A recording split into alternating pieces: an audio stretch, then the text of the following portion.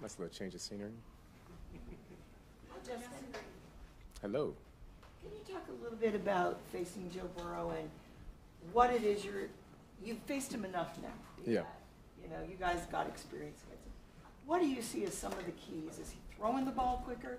Why has he had the success he's had, and what are you guys trying to do to neutralize that? Yeah. Well, just on top of the arm talent that he has, he can make all the throws, deep balls, short balls. It's just he's also very patient.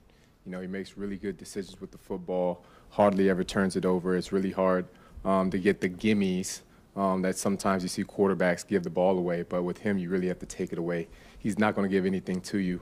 Like I said, very smart with the football, very patient, and then even uses his legs at times when he needs to, too. Justin, one of the things last game, several times you guys had opportunities to make the tackles short of the line of the game. They were able to kind of force through that. How big of a key is that this time around to make sure that you can pass it around? Yeah, huge. I mean, this is the playoffs, and, it's a game of inches, and, there's a couple moments in that game to where, the ball just was a little bit shorter. The game might swing in a different direction. I mean, even that they come down to the wire at the end of the game, they even completed the slant on the outside, just inches away from making a play on the ball. That's just a credit to those guys. They do a good job on that offense. But we started to catch some heat, too, on the defensive side of the ball from December. We're going to have to ride that train of momentum that we've created and take that with us into this game, really play our best game of football against a very talented and high-powered offense. Justin, this unit of receivers led by Ja'Marr Chase, what makes them so difficult to defend, especially Ja'Marr? I know you weren't here for the first two matches. Mm-hmm. The first one still goes for 90 in his return, and he's had, I think, around 400 altogether. What makes it so difficult along with the receivers? Well, first and foremost, you got Joe Burrow at quarterback, and, he finds them to get the ball. But also they have a very talented cast wide receivers in him and also, 83 and 85 and the way that they run their routes. Joe's not afraid to throw to any of them. They're not afraid of the one-on-one matchups on the outside, taking a shot down deep. And then they also just get the ball to him in space. They know that a lot of tension's on him, and they find ways to get him the ball, screens, checkdowns, things like that, and just get him the ball in space and let him do his thing. That's a connection that they've had for a long time now, going even back to their college years. So they know each other well, and that tends to show up on the football field. Justin, I know it's easier said than done, but as Spags talked about how much or how quickly you all have to get to Joe Burrow, because it seems like, I think he's been sacked by the Chiefs one time last year, Melvin Ingram in the AFC Championship game, I think once by Carl Loftus in Cincinnati this year. How vital and how important is it for you all to get into the ground? Oh, extremely important. Can't let him sit back in the pocket and just get into rhythm throws, because that's when he's the most dangerous.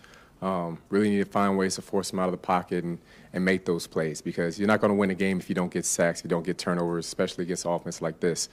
So got to find ways to get pressure on them and create those turnovers. Looking back at last year, your game against the Bills literally changed the NFL with the postseason rules. How are you guys preparing to potentially go into overtime where both teams will get the ball? Well, first course of business is to try and handle what you can do in the first 60 minutes. But if it comes down to the overtime rules, I think the dynamics change a little bit in the postseason now that, if the one team scores, the other team will get a chance at it. I'll leave that to Coach Reed on which direction they're going to want to go with the coin flip. But as far as we know, if it comes to that, we go out, we play defense. It doesn't matter what the score is. If we're down or we're up, we play defense. We stop them from scoring any points. So that's going to be the mentality on the defensive side of the ball. Justin, just given Chase and all these weapons with Higgins and all their pass catchers, how much more elevated does the communication in the back end become, and then the safety help that you might need with these guys?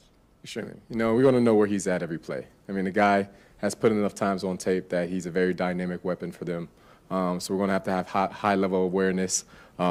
Arrowhead Stadium, you're going to be able to help us out with the noise that I'm sure is going to be there and disrupting the communication that they're going to have on their offense communicating with each other. And we're going to have to do a good job on communicating on defense, non-verbally, verbally, whatever way we can, make sure everybody's on the same page.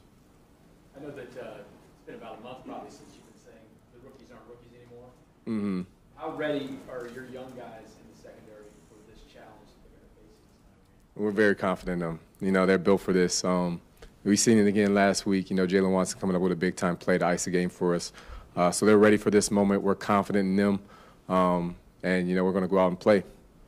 How important was it that they've been able to go up against some guys like Diggs and Devontae Adams early on in the season to get to that point? Yeah, it really pays off with their confidence level here. Definitely it's a bigger stage. You know, the whole world's going to be watching, but at the end of the day, it's still a football game. You still rely on your technique, your keys, the same things you did before. Obviously, mistakes are magnified in the playoffs, so you can't have as many of those.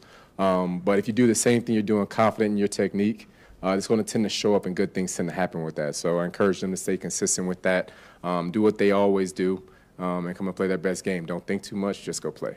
Justin, did you see the video of the players on the sideline at the end of the game saying we're going to be at Burrowhead Stadium next week? What's your reaction to that? Yeah, I think we all saw it, and you know those guys are having fun since they won the game. But we're going to just let our play on the field speak for us, and you know we're not going to get into any Joseph messages with them. Last one. Good, that was Oh, okay. Thanks, everybody. Thanks.